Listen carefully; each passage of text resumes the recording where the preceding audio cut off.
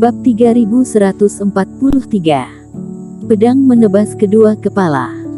Semuanya, monster iblis ini bernama burung garu, tapi menurut rumor, makhluk ini bukan iblis, melainkan seharusnya memiliki darah iblis monster.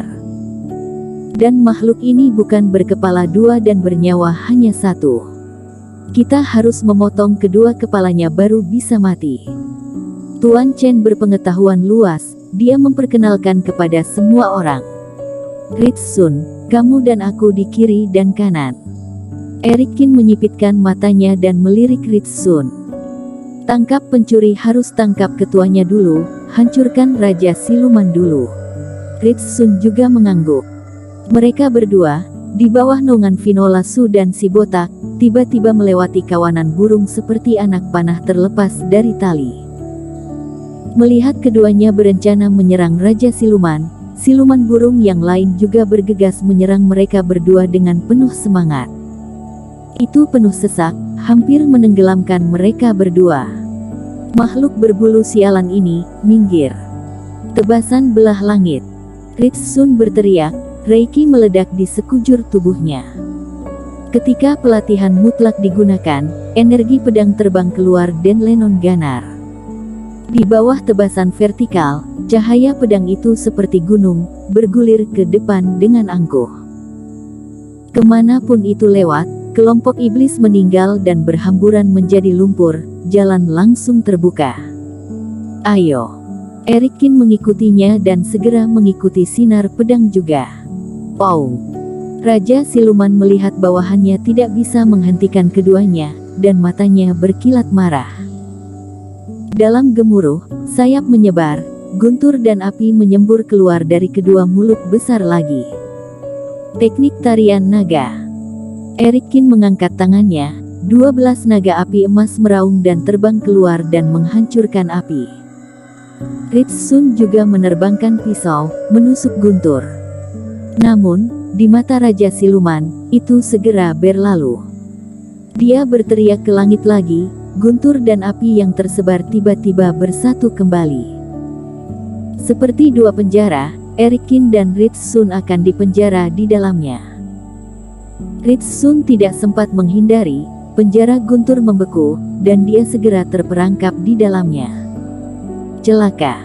Wajah Ritsun berubah. Di belakang mereka tak terhitung banyaknya siluman burung yang mengejar mereka. Sekali mereka terjebak, akan repot untuk menyingkirkannya. Namun di sisi lain, sosok Erikin tiba-tiba menghilang. Teknik menyelinap bekerja sama dengan transisi alam semesta untuk melarikan diri pada saat penjara guntur ditutup. Setelah terbang keluar, Erikin mendekati siluman burung raksasa itu. Pada saat ini, jika dilihat dari jarak dekat, tubuh Raja Siluman lebih dari 50 kaki, dan kedua kepala burung itu seperti bukit. Potong lehernya. Erikin membalik telapak tangannya dan pedang Kintong muncul di tangannya. Saat ujung pedang terangkat, darah di langit mengalir menuju pedang Kintong. Jurus memusnahkan roh. Dikelilingi oleh siluman burung yang disembelih, darahnya masih segar, dan semangat jiwa dewanya belum padam. Jelas, jurus memusnahkan roh paling tepat dilakukan pada saat ini. Makna mendalam dari jurus pedang tiga macam pun ditampilkan, dan seberkas cahaya pedang yang terang melesat ke langit, menembus langit. Dalam galaksi, pancaran pedang ini dipantulkan. Ops! Dengan tebasan pedang, Raja Siluman menjerit, salah satu kepalanya langsung terpenggal oleh tebasan ini. Leher adalah titik lemah dari binatang ini, ia baru saja menyelesaikan teknik rahasia, dan bahkan sudah terlambat untuk bertahan. Serangan tangan abis. Erikin melakukan upaya gigih, bekas telapak tangan berdarah pun menghantam satu-satunya leher yang tersisa. Namun, di bawah rasa sakit yang parah, Raja Siluman akhirnya bereaksi dan memuntahkan seteguk api. Meskipun serangan tangan abis ini menghancurkan api, itu juga menghabiskan sebagian dari kekuatannya.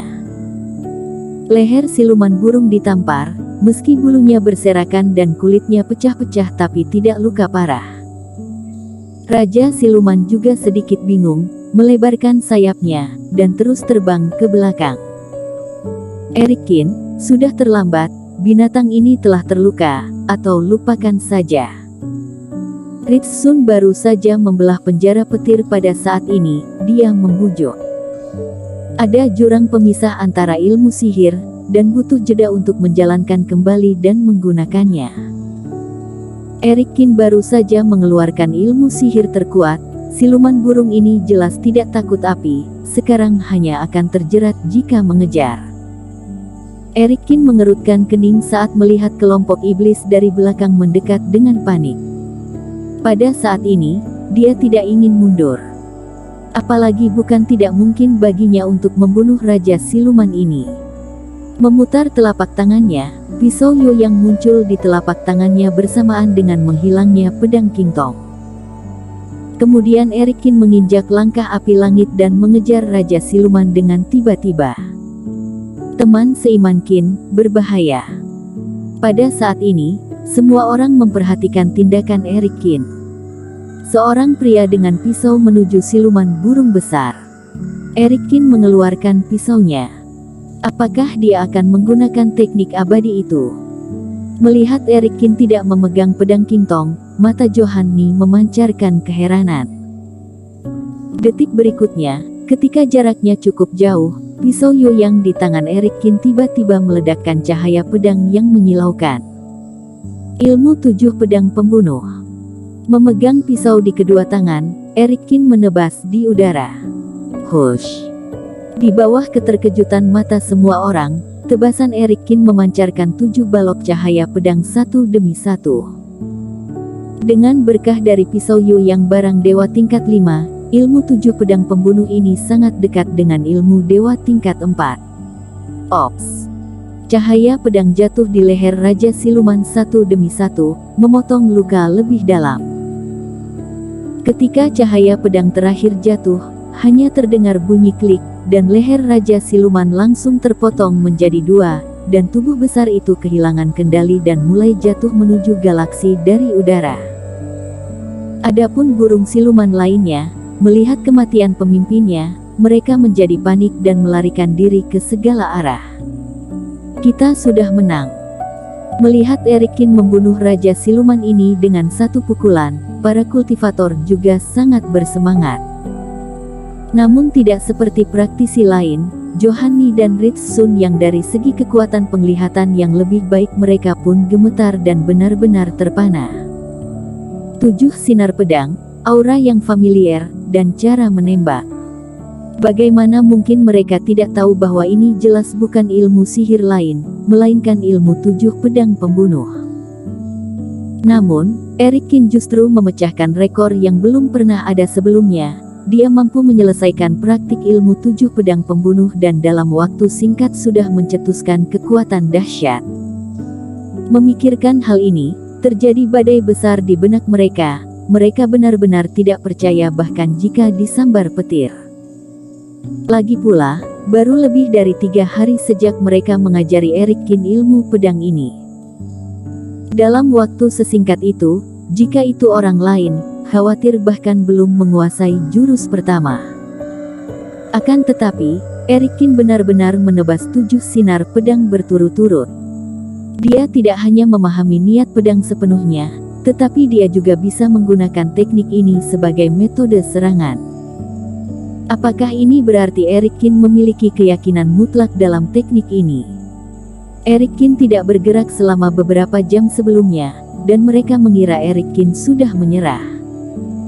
Ini juga normal, lagi pula, mereka juga telah melupakan teknik ini, dan berpikir bahwa tidak ada yang bisa sepenuhnya mengolahnya. Akibatnya, Erikin tidak meninggalkan ilmu pedang, dia telah mempraktikkannya secara ekstrim. Malu sekali, teman seiman Sun. Pipi Johanni sedikit merah dan hatinya penuh senyum masam, dia transmisi suara pada Ritsun. Keduanya juga menyemangati Erikin sebelumnya, mereka antusias terhadapnya dan menyatakan bisa mengajukan pertanyaan pada mereka. Hasilnya, Dalam beberapa jam, ilmu 7 pedang pembunuh telah dikultivasikan dengan sempurna. Masih mau belajar apa dari mereka? Kak Johan, kenapa tiba-tiba aku merasa bahwa kita berdua sebagai pejuang kebanggaan yang mengambil jurusan ilmu pedang, seolah menjadi dua pecundang.